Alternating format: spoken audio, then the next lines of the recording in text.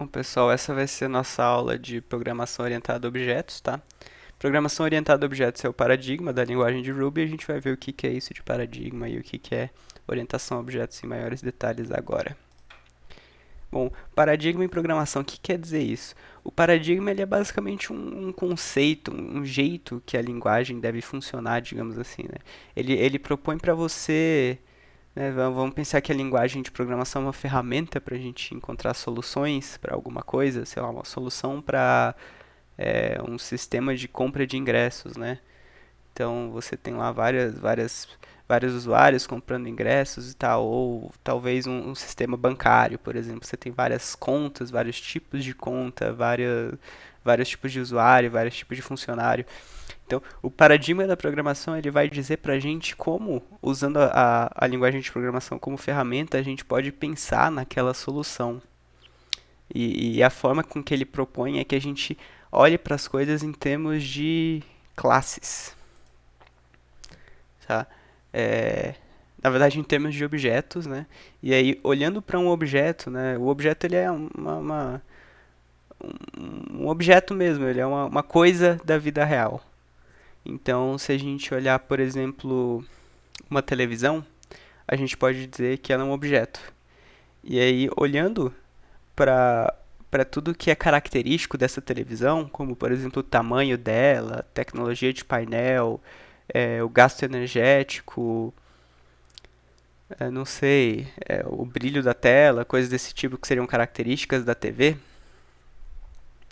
E a gente pode também olhar para a TV e pensar em processos relacionados a ela, então aumentar o volume, diminuir o volume, mudar o canal, é, ligar e desligar, trocar a porta de entrada, né?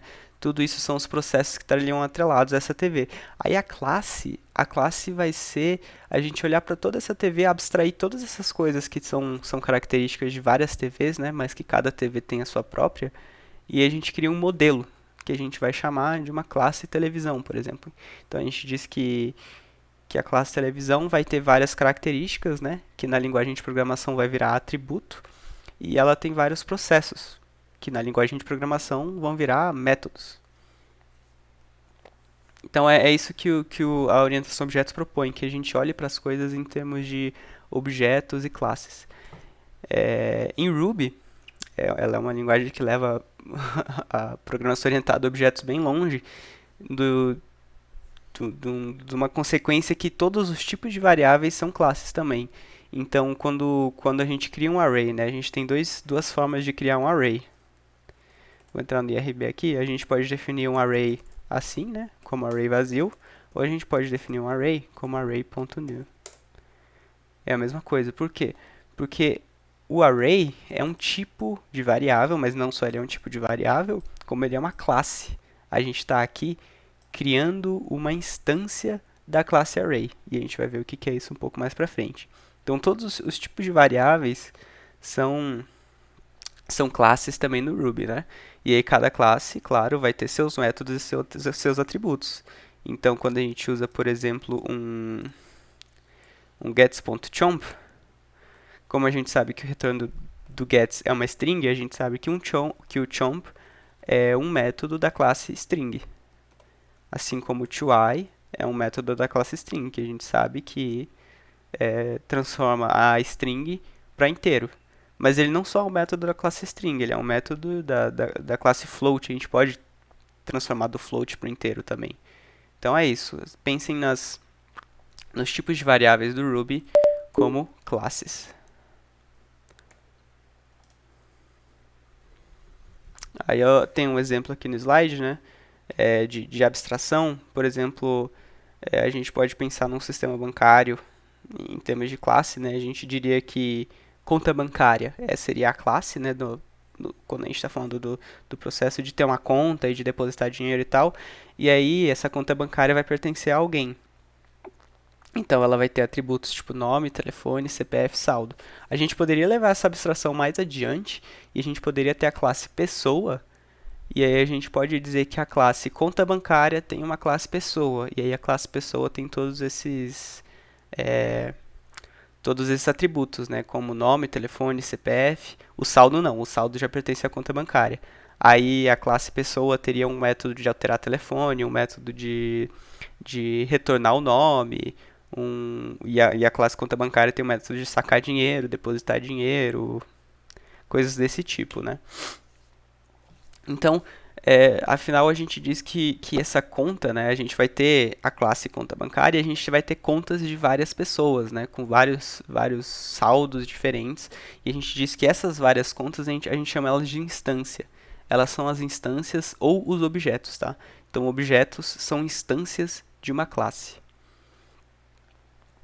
Então, se a gente for colocar a mão na massa e começar a definir essa conta, né, vamos lá, como é que a gente faz isso em Ruby? A gente usa essa palavra reservada class, né? Você não pode usar a palavra class para outras coisas.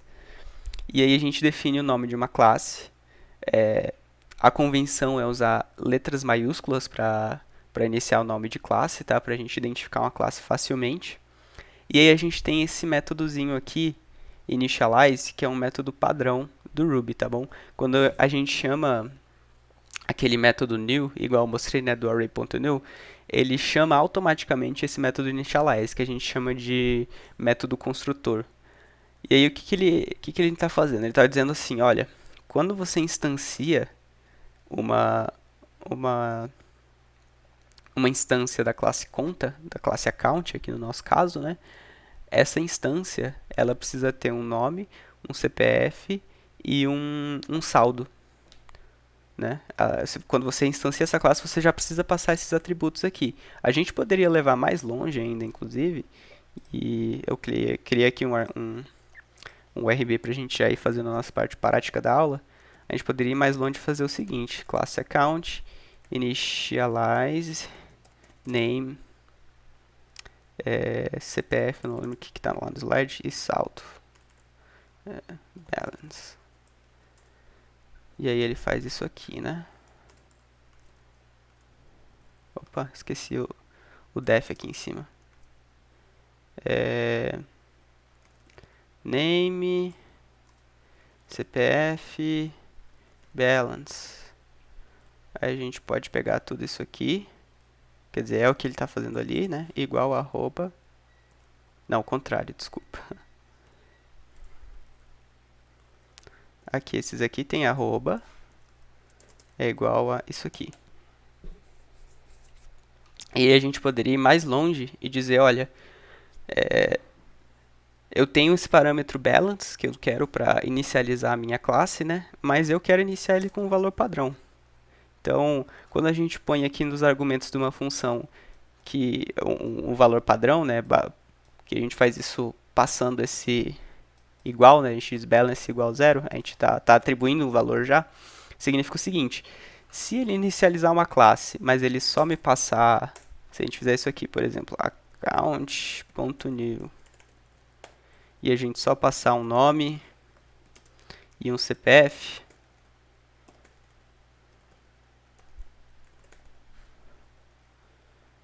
se a gente só passar um nome e um CPF, esse balance já vai ser zero. A gente não precisa passar nada aqui. Agora, se a gente passar um valor aqui, tipo 123, aí o valor dele vai ser 123. Tá? A gente chama isso aqui de valor padrão para um parâmetro do método, tá? Mas, enfim, a gente tem umas coisas meio estranhas aqui, né? Tipo, essa atribuição aqui, a gente tem esses arrobas aqui, né? Deixa eu aumentar um pouco a fonte, inclusive, fica mais fácil. A gente tem esses arrobas. O que é isso? Vamos ver o que é isso. Esses arrobas são atributos, tá? Aqui tem a explicação, né? Que a gente instanciaria a classe. E esses arrobas são uma coisa que a gente chama de variável de instância ou de atributo. Lembra quando eu falei que a TV ela tem várias características? Ela tem um tamanho, ela tem uma tecnologia de painel, ela tem, sei lá, brilho da tela, consumo energético, né? Tudo isso a gente diz que são variáveis de instância. Por quê? Porque elas são características que definem uma instância. Né? Qual TV é essa? Ah, essa é a TV que tem 40 polegadas, tem painel TN, tem consumo energético de, não sei, 50 watts, entendeu? Essas coisas vão definir a TV no final. Então a gente chama de variável de instância. Um nome muito popular para isso também é atributo. Tá? Atributo é a mesma coisa com variáveis de instância. E a gente indica uma variável de instância no Ruby, dentro de uma classe, claro, usando o arroba. Então, quando a gente vê esse código aqui, arroba name igual a name, a gente pode facilmente dizer que arroba name é uma variável de instância da classe account. A gente pode facilmente dizer que esse name é o parâmetro que a gente está recebendo aqui na função. Se eu chamasse esse name de, sei lá, received name, nome recebido, né? Received name. E eu digitei errado. Received name. Isso aqui eu só tô querendo dizer que a variável de instância name vai receber o valor do nome que a gente recebeu aqui no método, né? Que a gente está inicializando aqui embaixo. Só isso. Tá? Então é isso que é o arroba. E para a gente poder verificar e recuperar esses valores, a gente define métodos que a gente chama de getters, né? Quando a gente quer receber o valor que está guardado lá dentro da classe, e a gente define setters para modificar esses valores, né? Então vamos ver como é que fica isso na prática aqui. Eu tenho essa classe account aqui então, né? Eu vou definir um método getName. E isso aqui também é uma convenção do Ruby, tá? De tudo ser... Me fugiu o nome agora desse tipo de... Pascal? Acho que é Pascal Case, talvez. Que a gente, em vez da gente fazer aquela forma, né, que a gente faz assim, getName, camel case, né, que a gente vai intercalando as letras maiúsculas para indicar que mudou a palavra, a gente usa o underline. Tá, esse é um padrão do Ruby. Enfim, aí eu vou definir aqui o método getName, e a única coisa que eu preciso fazer nesse método getName é retornar o name. Não tem muito segredo. Eu posso chamar esse método aqui de name também, para economizar espaço e ficar intuitivo. E aí, se eu vier aqui embaixo, vou guardar isso aqui numa variável para a gente poder recuperar isso depois, né? Eu quero fazer um print do, melhor, um p do account.name. Vamos executar isso aqui.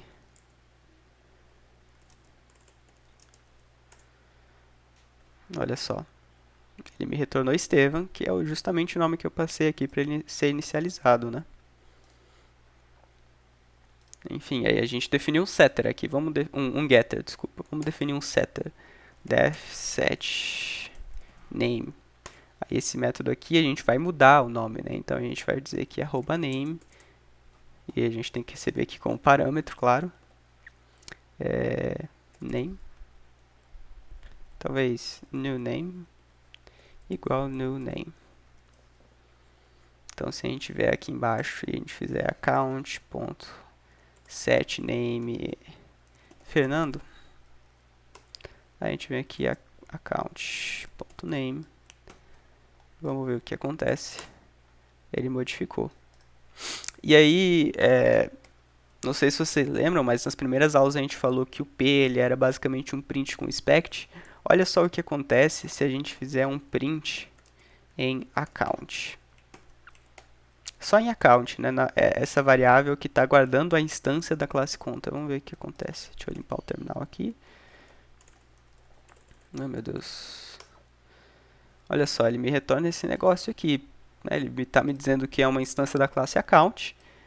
E aqui ele me dá esse número bizarríssimo que, chuto eu, é o endereço de memória onde essa account está guardada, né? Agora, se a gente fizer um account.inspect, olha só o que ele vai fazer pra gente. Ele abre o objeto, tá vendo? Ele expande, ele me mostra quais são as variáveis de instância que esse objeto tem. Então, é isso que o inspect faz. Se a gente fizer a mesma coisa aqui, paccount.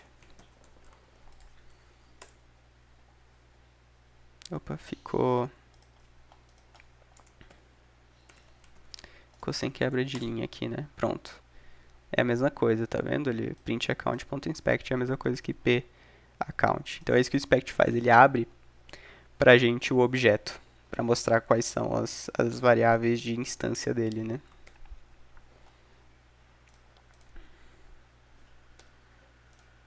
Então, aqui tem um exemplo de setter e getter, né? Aí a gente, né, você pode fazer da convenção que você quiser, como que tá aqui no slide, né? Que foi o slide que eu fiz semestre passado, tá? Pro trainee. Eu estava retornando essa string, mas eu hoje em dia não acho isso interessante, tá? Eu acho mais interessante você retornar o valor e aí qualquer tratamento que você quiser falar no sentido de notificar o usuário que alguma coisa aconteceu, é melhor você fazer isso depois, né? Porque a gente entra num conceito que a gente vai ver daqui a pouquinho. Mas além disso, além dessas variáveis de instância, a gente tem coisas que a gente chama de variáveis de classe, que a gente, em vez de usar um arroba só, a gente usa um arroba arroba, tá? Então, por exemplo, se a gente quiser definir aqui uma contagem de quantas contas a gente tem, a gente vai dizer arroba arroba count igual a zero. Eu quero que a contagem comece em zero porque eu tenho zero contas, né? No início de tudo. Então, eu inicializo aqui o meu arroba arroba count como zero. E aí, depois eu quero aumentar essa contagem toda vez que uma conta é criada. Obviamente, é uma contagem afinal. Então eu vou dizer arroba count mais igual a 1. Então toda vez que eu inicializar uma classe da conta count, eu vou aumentar a contagem em 1. Então vamos ver aqui.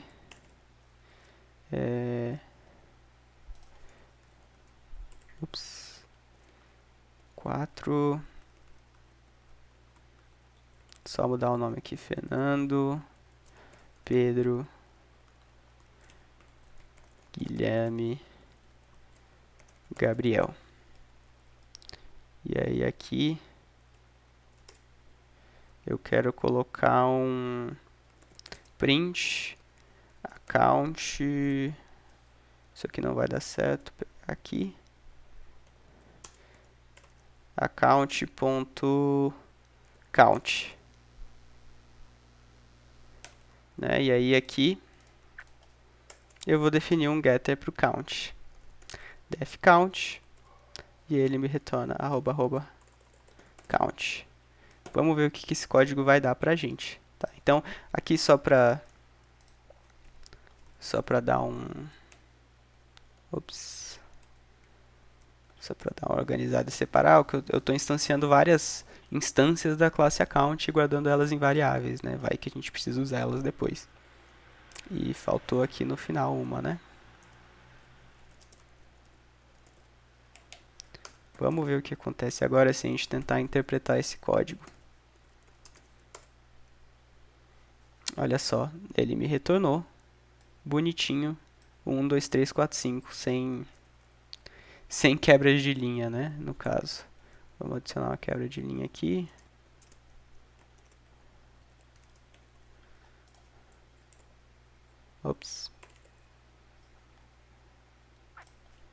Melhor fazer assim.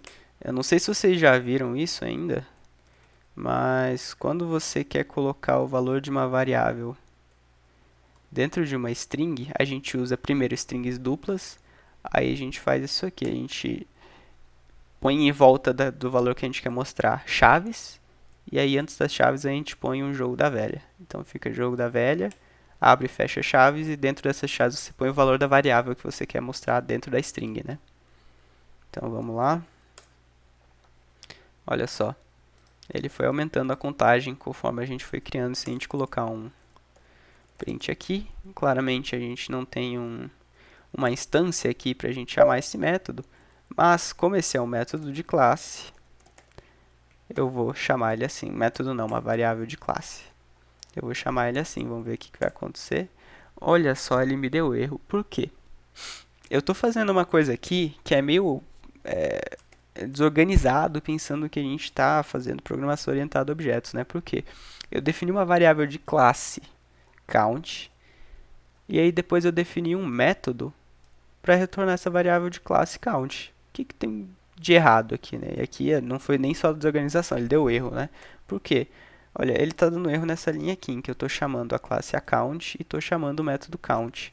Mas o método que eu defini count é um método de instância, tá? Então, além de variáveis de instância, a gente tem métodos de instância, assim como a gente tem métodos de classe e variáveis de classe.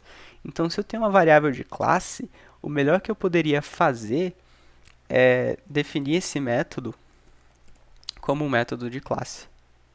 E aí eu defino o método de classe dessa forma, eu coloco um self,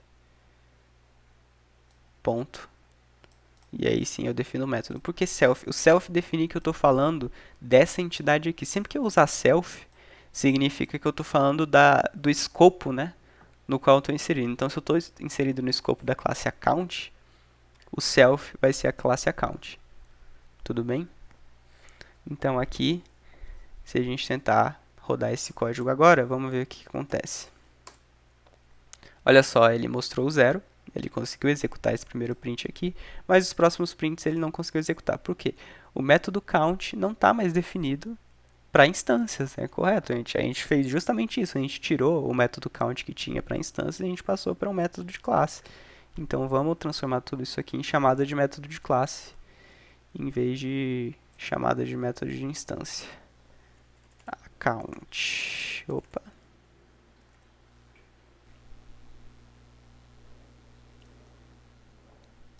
E esse aqui também vamos colocar no mesmo formato dos outros com quebra de linha no final.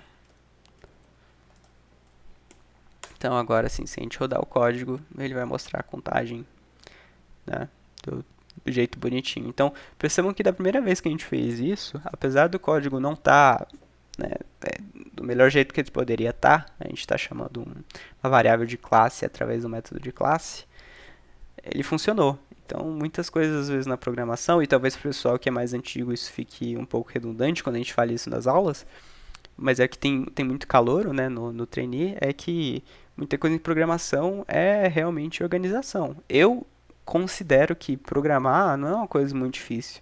O difícil é você conseguir programar fazendo um código simples, né? Normalmente, quanto mais simples, melhor.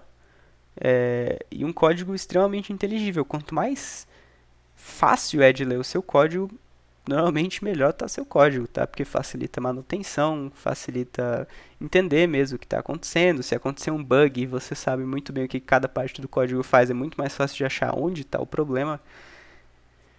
Então, assim, tentem focar sempre que possível, né? Claro que tem muita gente começando, isso pode ficar um pouco abstrato, mas tentem focar sempre na qualidade do código que vocês estão escrevendo e não só na funcionalidade, beleza? E isso também, não se desesperem, é uma coisa que você vai pegando com o tempo. Não precisa sair agora maluco pesquisando arquitetura de código e padrão de código. Com o tempo a gente vai pegando isso devagarzinho. Mas também não faria mal vocês pesquisarem, né? Se alguém se interessar por isso, tem um canal muito, muito legal que fala não só sobre isso, né? Não só sobre arquitetura de código e design pattern, essas coisas assim, como também de programação em geral, que é o canal do Felipe Deschamps. Opa. Felipe, ou talvez seja Felipe, não sei agora, Deschamps. Tá, o canal dele é fantástico, ele fala de muita coisa relacionada à programação e eu sempre fico mais motivado quando eu assisto um vídeo dele. Então, fica aí a recomendação. Bom, agora voltando à nossa aula.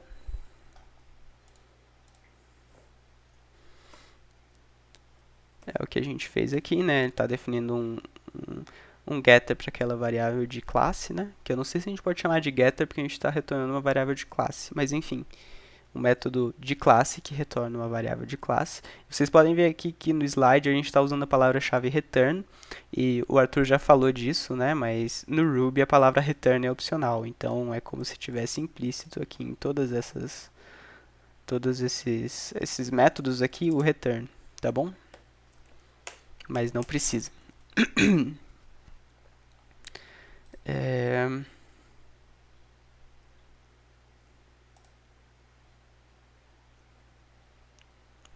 Ah, sim, claro.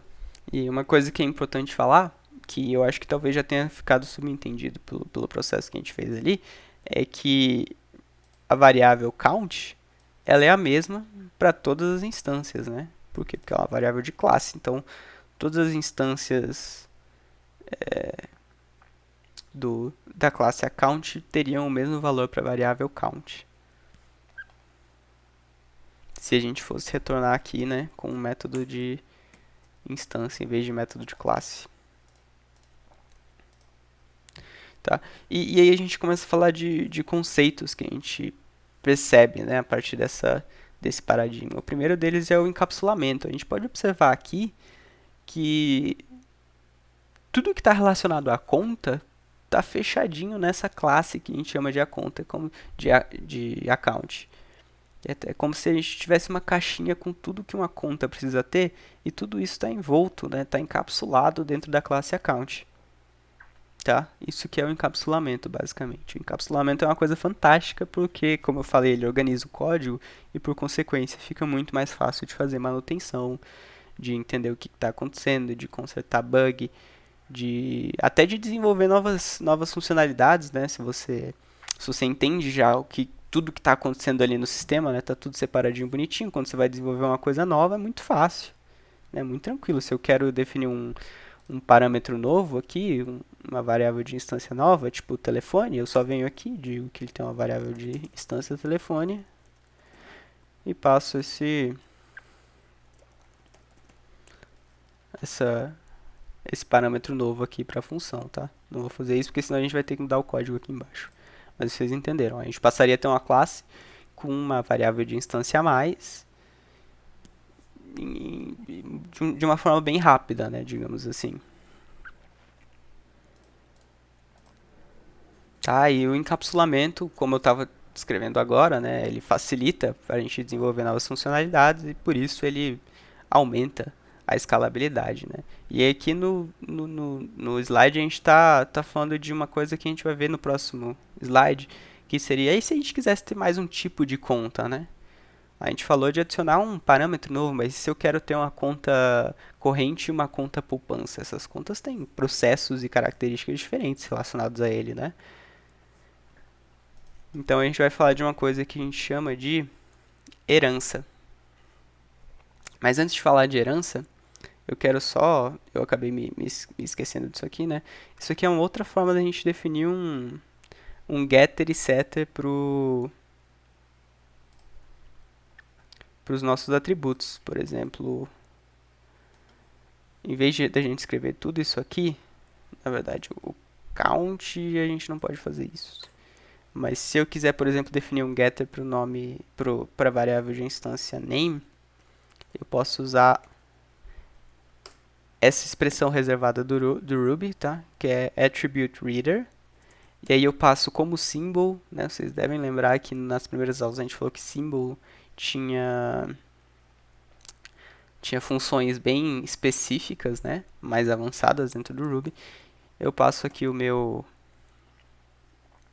minha variável de instância que eu quero chamar.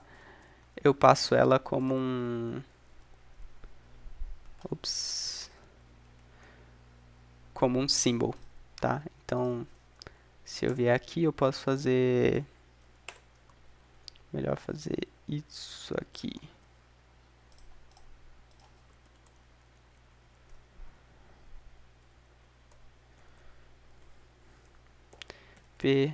account.name, tá? Definir um getter só com aquela expressãozinha pequenininha ali, sem maiores problemas.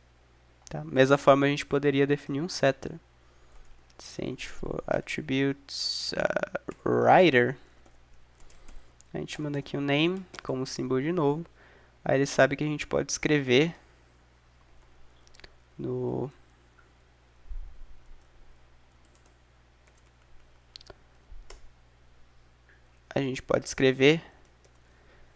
atributo, né, na variável de instância, a gente pode escrever novos valores. Então, account.name igual. E percebe que é diferente, né? Que a gente está atribuindo diretamente ali deixa eu dar um enter aqui e ficar mais separadinho o código. A gente está atribuindo o valor diretamente para a variável name da classe, né? Vou passar aqui o nome Pedrão. Então, os nomes de todas as contas vai virar Pedrão. Vou printar esse nome de novo. Ih, rapaz. Opa.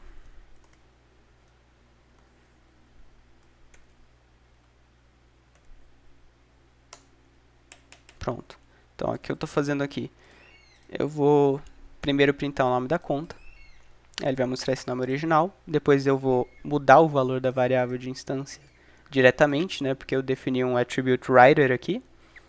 E mudar para Pedrão. E depois eu vou printar de novo o mesmo nome da conta. Vamos ver o que a gente tem aqui. Acho que talvez dava pra gente fazer um puts aqui. Só para ter uma quebra de linha entre uma instância e outra. Putz. E esse aqui quebrou, mas tudo bem, pronto. Então, a gente só adicionou o puts aqui para ter uma quebra de linha no final. Olha só. Como esperado, ele printou o primeiro nome da primeira instância, que era Estevão. Depois ele mudou o nome de Estevão para Pedrão e printou o nome da instância, virou Pedrão. Mesma coisa, né? Mesmo caso para todas as outras contas. Ele mudou o nome da conta que tinha lá para Pedrão. Esse é o attribute writer. Se a gente quer definir um reader e um writer ao mesmo tempo, igual a gente está fazendo aqui, a gente pode usar o accessor. Attribute accessor. Esse attribute accessor é a mesma coisa que você definir um attribute reader e um attribute writer ao mesmo tempo. Então vamos rodar o nosso código. Mesma coisa, idêntico, né? Primeiro ele pega o nome, muda o nome e depois pega o novo nome. Funciona também. Bom, voltando para o nosso assunto lá, né? E se a gente quisesse definir, a gente está fazendo um sistema bancário, afinal. Então a gente quer definir tipos diferentes de conta, né? Eu quero ter uma conta corrente e uma conta poupança, né? Que tem processos e características diferentes atrelados a ela. Nesse caso a gente vai considerar só que elas têm processos diferentes, tá? E a gente vai considerar que as duas têm nome, CPF,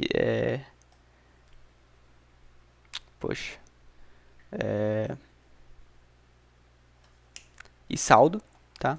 As duas têm esses três variáveis de instância.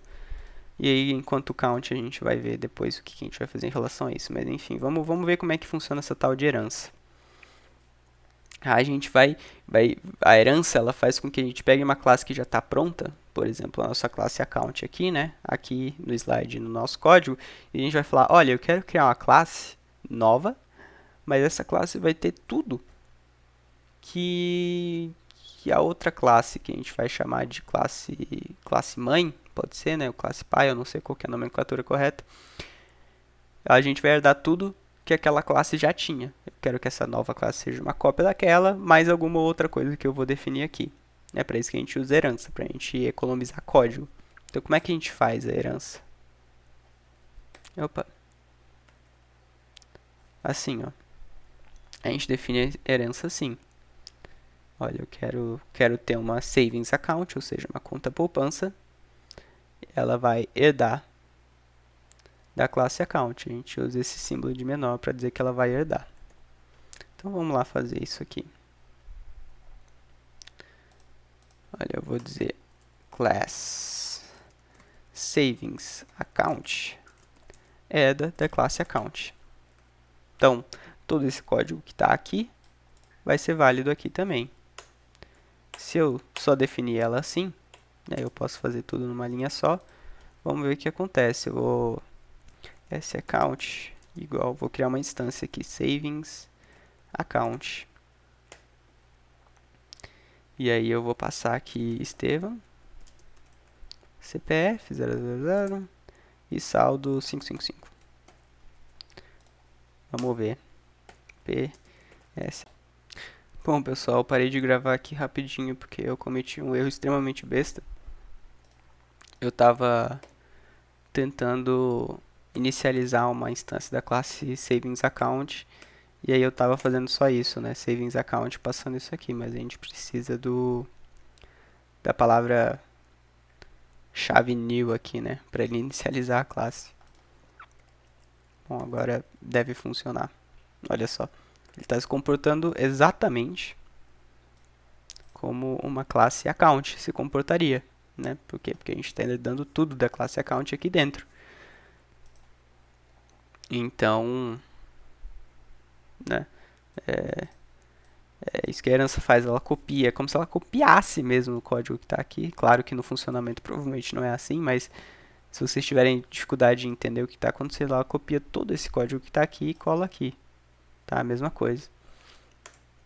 E aí, digamos que a gente quer agora fazer uma coisa que a gente chama de polimorfismo, que é um método com o mesmo nome fazer coisas diferentes, né? Então, vamos ver aqui, olha, a gente quer que a inicialização da classe Savings Account seja polimórfica, ela não pode ser igual à classe Account aqui. Então, eu vou dizer o seguinte, def initialize name, CPF e balance. Só que eu quero que o balance ele tem um valor padrão de R$ 100, é um bônus. Então, é uma promoção que está rolando no banco. Se você abrir uma conta poupança, você ganha R$ 100 nessa poupança. Aí eu vou dizer aqui super name CPF.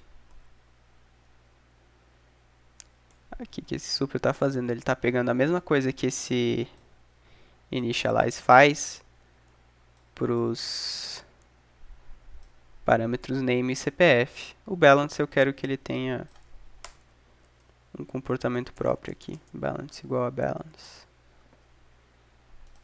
Ou melhor, posso fazer assim, né? Balance mais igual a balance. Então ele vai fazer essa atribuição direta aqui,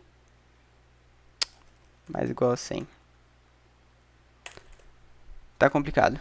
Balance mais 100. É isso que eu queria fazer. As palavras me confundiram aqui um pouco.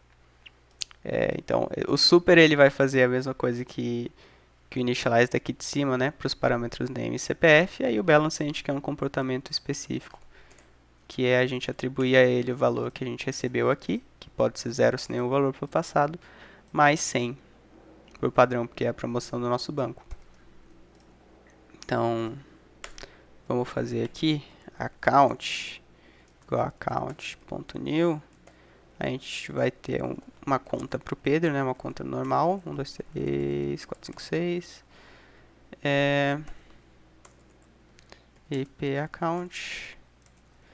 Vamos ver aqui o que a gente encontra de diferença. E vai faltar um putz aqui, né? Putz, pronto. Aqui. Olha só, o balance do Pedro a gente não passou nenhum valor na inicialização, ele ficou 0. Porque é o que a classe account faz. E aí o savings account do Estevam, a gente tem um balance de 10, de 100, porque ele já soma o valor 100 automaticamente ali, né? É um comportamento polimórfico que a gente definiu. Bom, pessoal, por último, a gente vai falar sobre a visibilidade dos métodos, tá? A visibilidade padrão de um método que a gente define dentro de uma classe é público. O que significa isso? Um método público é um método que pode ser acessado de qualquer lugar. Então, se a gente vier aqui, por exemplo, a gente definiu o attribute accessor, né? Então, o getter e o setter para o nome, a gente pode acessar name, ou o getter, né? Ponto .name, a gente pode acessar o set name, ou não é set name, é name igual Kairan. A gente pode acessar eles de fora da classe, né? Tá vendo aqui? Eu chamei o nome da primeira conta e alterei o nome da segunda conta fora do escopo da própria classe, né? Fora do código da classe. Agora, se eu quisesse definir um método que só funciona dentro da classe, e isso é útil em alguns lugares por questão de segurança, principalmente, ou por questão de definição de escopo mesmo, né? Por exemplo, eu quero um método que altera o saldo da pessoa. Mas para que essa informação não seja visível para outras partes do código, né? Afinal, o saldo de uma conta tem que ser uma coisa muito segura. A gente não pode mudar isso a qualquer momento. A gente pode, por exemplo, definir um método privado aqui. Def increment balance, por exemplo. E aí aqui eu incremento o meu balance. Eu falo que balance mais igual a 10. Vou adicionar 10 no saldo, né? Vou começar aqui com 100, aqui com 200.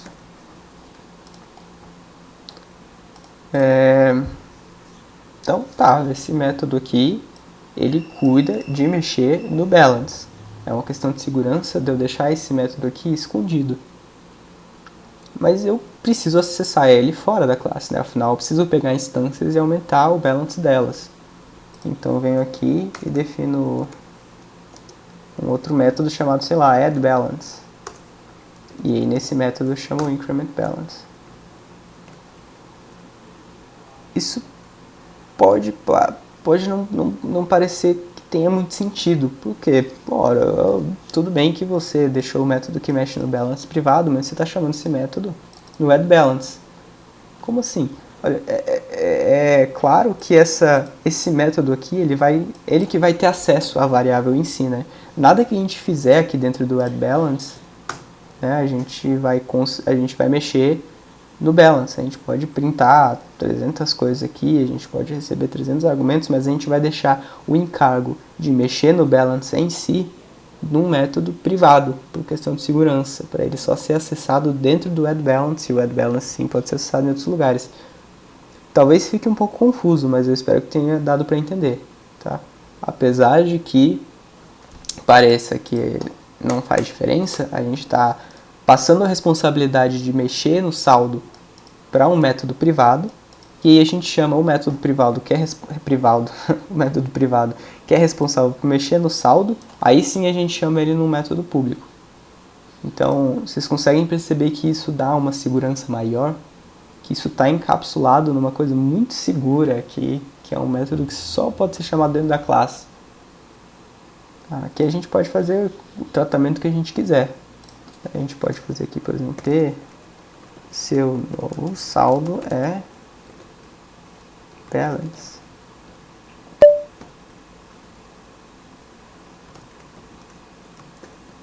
Aqui, arroba, né? Então, vamos ver se isso funcionou. Bora lá. A gente criou a primeira conta ali, né? Vamos fazer um ponto add balance. Ou melhor, vamos chamar o primeiro increment balance, que é o método privado, né? Olha só, ele falou que a gente está chamando o método privado. Não existe esse método com visibilidade pública, então ele não consegue, né? Como se o método não existisse mesmo. Agora, se eu chamo o addBalance aqui,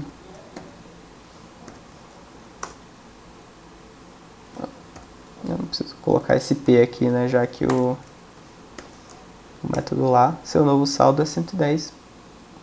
Ah, tá, aqui. O P, se a gente pôr o P, ele vai mostrar tudo, né, que tá ali, inclusive os caracteres especiais e as aspas da string. Pronto, agora vai ficar bonitinho. Seu novo saldo é 110. Então, só para repetir mais uma vez, né, é importante que isso aqui, a responsabilidade de mexer no saldo seja privado, porque o saldo é uma coisa que tem que estar extremamente segura. As pessoas não podem ter acesso, outros lugares do código não podem ter acesso, só uma própria instância pode mexer no seu saldo, né, ou uma classe mexer nas instâncias do seu saldo. Por outro lado, a gente precisa mudar o saldo em algum momento do código, né? Isso é uma funcionalidade que a gente tem que ter, então a gente passa a responsabilidade de mexer no saldo em si para um método privado, então tudo que mexa no saldo vai estar acontecendo dentro da classe. E aí a gente chama um outro método que chama esse método privado, né? Para a gente poder fazer o tratamento que a gente quiser, e enfim. É uma questão de separação de responsabilidades para gerar mais segurança, tudo bem? Bom, pessoal, só adicionando uma última coisinha aqui antes de finalizar a aula, tá? que eu acabei esquecendo mesmo. Como todos os tipos de variáveis do Ruby são classes, a gente pode redefinir essas classes, né, no nosso código, como eu estou fazendo aqui com a classe string, e com isso definir novos métodos ou sobrepor métodos que já existem da classe.